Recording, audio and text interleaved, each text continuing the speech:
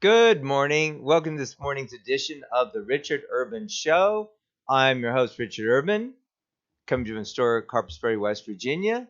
I'm very happy to be joined by our lovely co-host, my wife, Stacy Urban. So this morning I'd like to talk about what is a solution to declining fertility rates.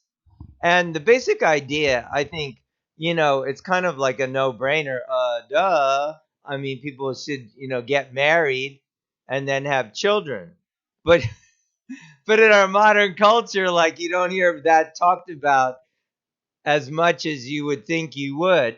You have, you know, leading or figures, or I don't know if you call them leading, but well-known figures like Elon Musk. He has like what 14 children by four different women. I guess he was married, so maybe half of them are from his first marriage, or about half.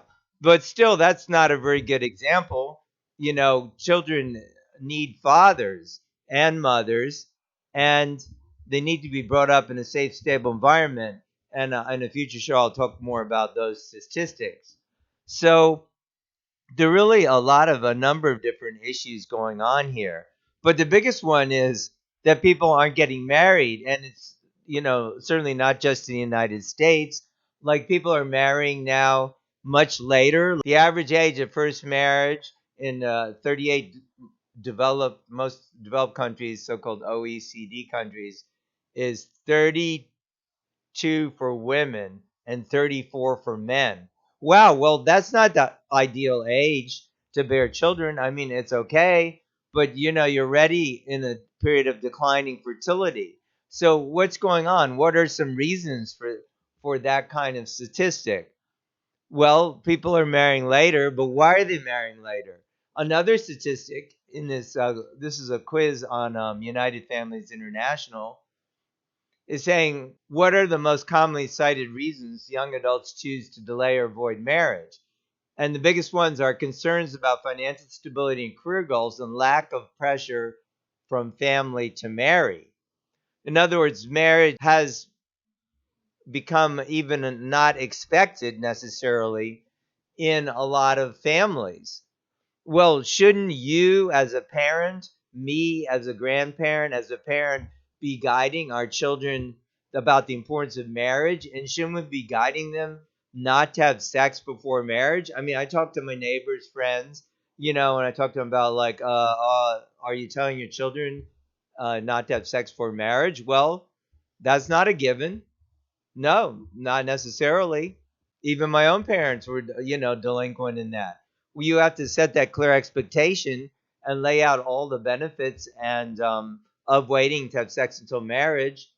And your religious faith could be the most important one. But even if you're not a person of faith, there's many, many reasons. And if you subscribe to urbanlifetraining.org, you'll have access to all of our relationship intelligence materials, videos, discussions, where you can easily discuss these topics with your children. It doesn't have to be an awkward thing.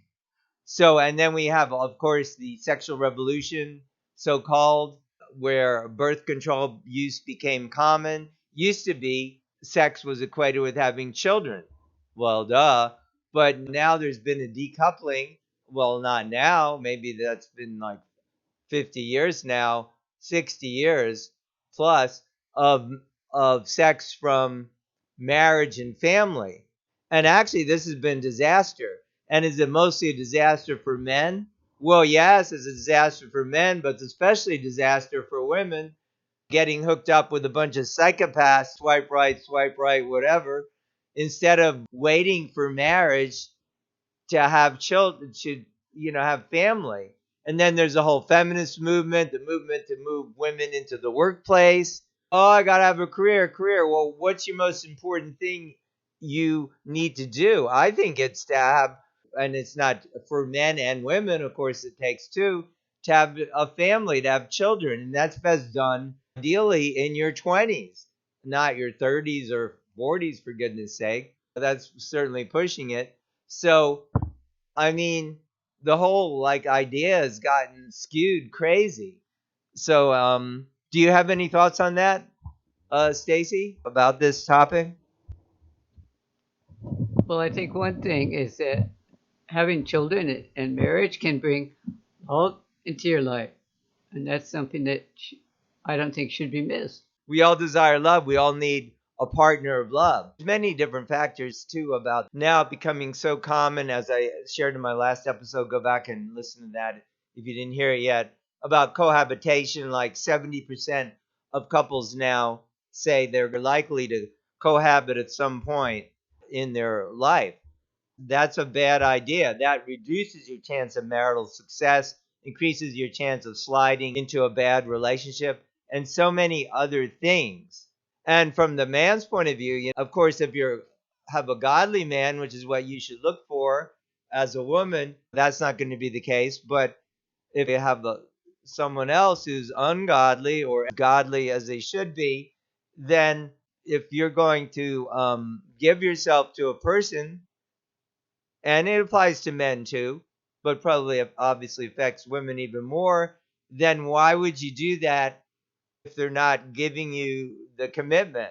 These things used to be common sense. Oh, like duh, don't have sex till you're married. Oh, like duh, if you don't want to have children, don't have sex. But it's not just children. Of course, there's STDs, emotional damage, spiritual damage, ruined relationships, worry, baby mama drama, etc., etc., etc., etc. Violent relationships, dating violence, relationship violence, abusive relationships, relationship with psychopaths, all kinds of things going on. Why would we expose ourselves to that? So that's what we emphasize in Urban Life Training, the nonprofit station I founded, where you can form local chapters and also access the materials for your own use, is to teach your children abstinence and be involved in the process for helping your children find a mate. And so we've also initiated a sister site to Urban Life Training called unionstation.love. And there you can find your eternal match. And parents are welcome to be involved with their children. So you'll take a blessing preparation course, because marriage is a blessing, capital B, the blessing of marriage. And then you can participate in this course. It is a God centered course, but we don't tell you where to go to church or not to go to church or anything like that. But you'll learn about a God centered viewpoint in marriage. And then we have real people on our site who are verified. And you will take the blessing preparation course first before you get on the matching site. So this is a really wonderful thing. Do you have any feedback on that, like parental involvement in matching? Like with our daughter, we were involved and we assisted helping her find a spouse. So that's an important role of parents, to think, your child's going to automatically find a spouse somewhere. You should assist them and help them. And a good way to do it is participate with them at unionstation.love. What do you think, Stace? Yeah, it's an important milestone in life, finding a mate and getting married. So yes, if this son or daughter wants help, help. Yeah, that's right. So you can participate with your young adult in the process of helping them find a marriage partner. I mean, what could be a more important decision? First of all, I would say the decision they make and you guide them to make, to be sexually active or to not be sexually active. And clearly, every parent I've talked to, I've worked with over 3,000 youth, have received our trainings, or not trainings, but our relationship intelligence education. I've worked with over 300 youth personally, me and Stacy, in clubs in Washington, D.C. and surrounding areas. And none of the parents, and we always, worked to involve the parents. So we've worked with dozens and dozens or even 100 parents. None of the parents say, oh, hey, I was sexually active. Yeah, hey, I want my child to be sexually active. Nobody says that. Everybody wants their child to have the best future. So we should own up to the fact, whatever our past was. If we have to have some honest discussion with your son or daughter, then do it. But clearly guide them towards the best future, which is staying absent for marriage, getting married, waiting. Generally, they'll want to be married when they're at least 21 or older. Unless your child is very mature, they could possibly get married earlier. But in general, and help them and participate in the process, do register at unionstation.love with your adult child together. You can participate with them. They'll receive an excellent course there on preparation for the blessing of marriage, and they already have someone they're engaged to or whatever, thinking about, put it that way. This is a great way to see if that's really the right person by both participating in this course together. And that's the most important thing, to prepare yourself, not looking for a person with certain physical or whatever characteristics, although those are things we talk about or we're having a profile on the matching site. But the most important thing is to first prepare yourself by taking the blessing preparation course. What do you think, Stace? Well, I think it's a good way to have God's view of marriage, what God thinks would, and His love, and that will help. Yeah, absolutely. So that's another really good point. What is God's viewpoint of marriage? Again, this isn't really so much about religion. I mean, you could say it's religion, but it's more like God created you.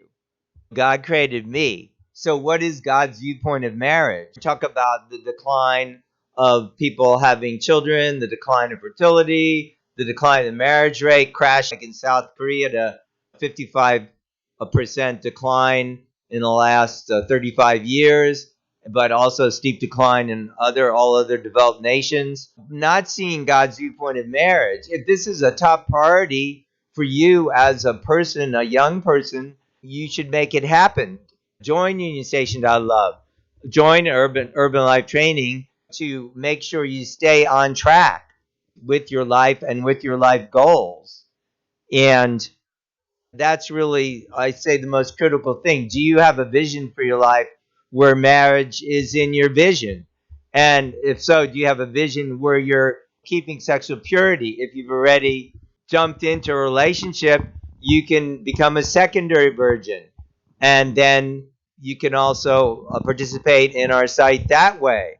I think these are the most crucial issues in anyone's life. And the fact that, first of all, not being talked about enough and being treated so casually. This is such crucial decisions. And not just treated casually, but in many schools or public schools, children are indoctrinated the opposite way. Oh, have sexual relationships. Oh, you might not be a boy. Oh, you might not be a girl. Like we've been sharing, 37% of girls in high school now don't know whether they're male or female.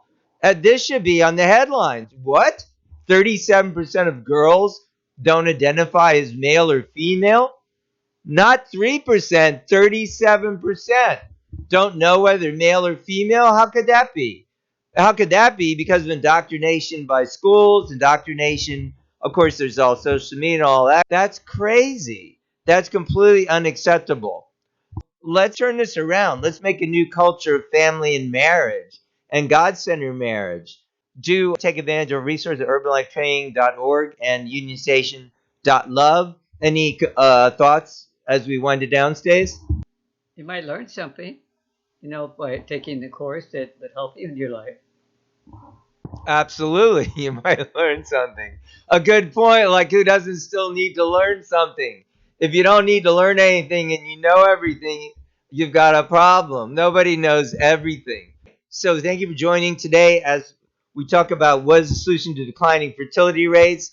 Clearly, it has to do with marriage, family, a God centered view of marriage. We should be talking about this constantly, and we should stop the indoctrination of our children into gender ideologies and all kinds of destructive things, especially with the breakdown of sexual ethics. We don't want that to happen. So as a parent, you need to be involved. So we thank you for listening. Do you join us next time? Do check out unionstation.love and urbanlifetraining.org. And I'm your host, Richard Urban, and our lovely co-host, Stacy Urban. We will see you next time.